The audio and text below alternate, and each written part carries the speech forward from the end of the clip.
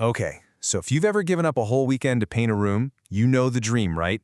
You're picturing this perfect glass smooth finish. But the reality is often, well, a little less than perfect. Today we're going to zero in on the single biggest reason your DIY paint jobs don't look like they were done by a pro, and we'll give you the one skill that's going to change that forever. You know this feeling. Oh, man, you know this feeling. You take a step back to admire your handiwork and you see it, that kind of bumpy orange peel texture. Or maybe your paint sprayer tip clogs up for the 10th time and it is absolutely infuriating. And don't even get me started on those heavy brush marks that just refuse to level out. It is so frustrating when you put in all that work and the final result just screams, yeah, I did this myself, and not in a good way. And that exact frustration is what we're here to solve. You know, the secret to a pro finish isn't some super secret brushing technique that takes years to master. Nope. It all comes down to understanding one single word: viscosity. This, right here, is the aha moment.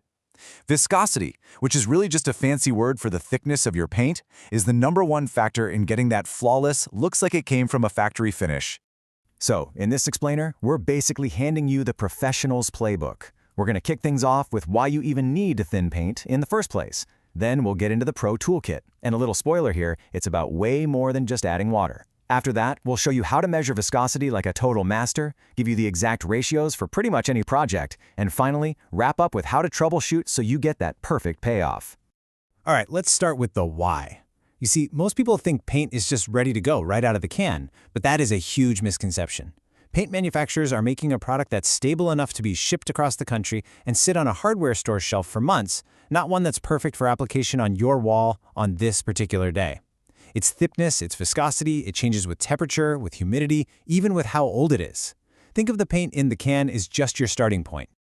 Oh man, this slide, it's like a greatest hits of my past painting nightmares. I have experienced every single one of these. That orange peel is just the worst. But here's what you've got to understand.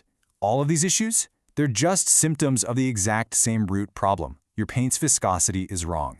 It's simply too thick for the tool you're using and the conditions you're working in. That's it. So if the paint's too thick, the answer seems pretty obvious, right? Just add some water. And that's what most of us do. But honestly, that can be one of the biggest mistakes you make. While a little water isn't always bad, the pros have a much, much better tool in their kit. Let's take a look at why. This slide right here just blows up the whole just add water myth. Look at the left side. When you add too much water, you are literally breaking down the paint's chemistry. You weaken the binders that make it stick, you dull the sheen, and you make it less durable and washable. Now, look at the right. A paint conditioner, like Floetrol, is a total game changer. It thins the paint to restore its flow without ruining the chemistry. It extends what pros call open time, and that's the magic window that lets all those brush marks completely melt away. And this really gets to the heart of a professional mindset. The experts over thepaintly.com say it best. The right tools aren't an expense, they are an investment in a perfect job. Seriously, trying to save a few dollars on a cheap sprayer or skipping a conditioner, it will always, always cost you more in the end, in time, in frustration, and in the quality of your finish.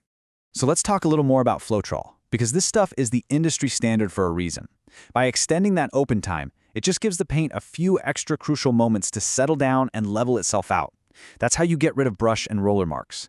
And it is absolutely essential if you're painting when it's hot or dry out. Those conditions cause flash drying, which is when the surface dries way too fast, creating that awful, pebbly, wrinkled texture. Floetrol stops that cold. Now, the conditioner is only half of the pro toolkit. The other half is how you're applying it. I mean, you can have the most perfectly thinned paint in the world, but if your sprayer can't handle it, you're right back where you started. This is where a sprayer like the Graco Magnum X5 really becomes the gold standard for anyone serious about DIY. It's got the power to avoid the constant tip clogging that just plagues cheaper units.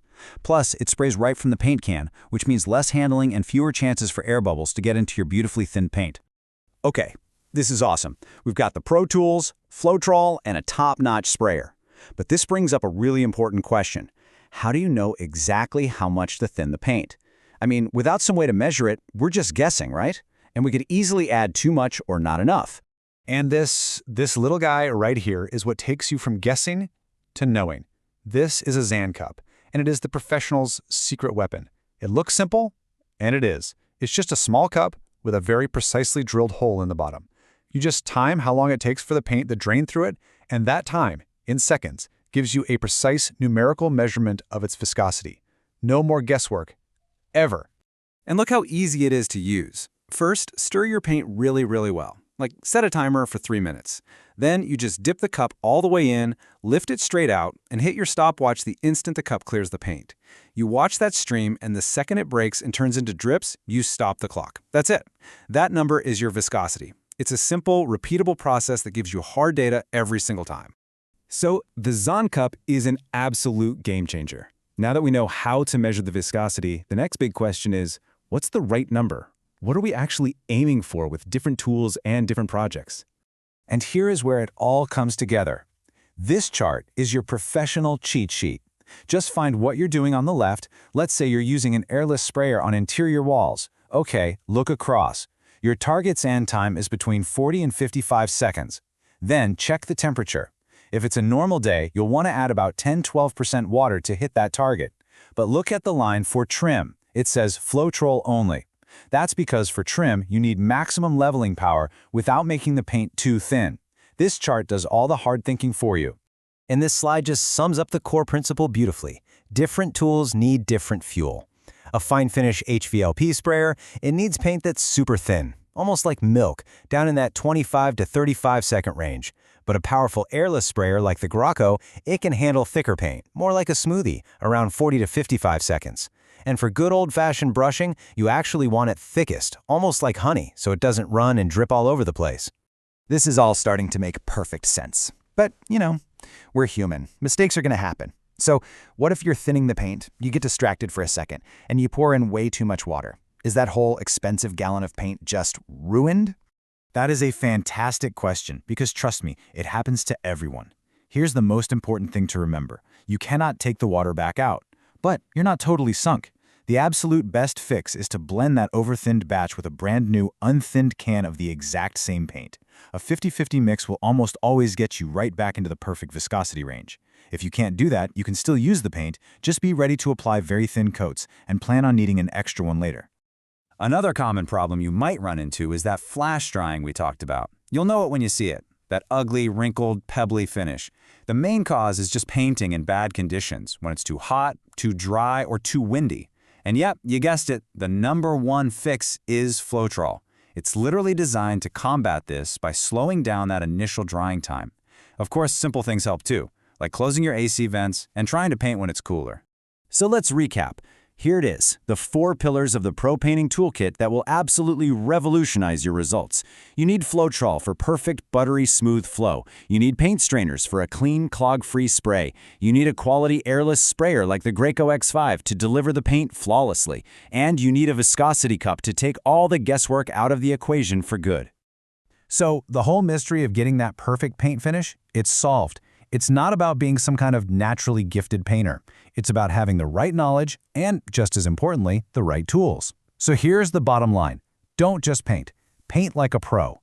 Investing in the right gear pays for itself on the very first job with less wasted paint, way less frustration, and a finish you will actually be proud to show off. So be sure to check out the links in the article to see these specific products we've been talking about and go transform your next project.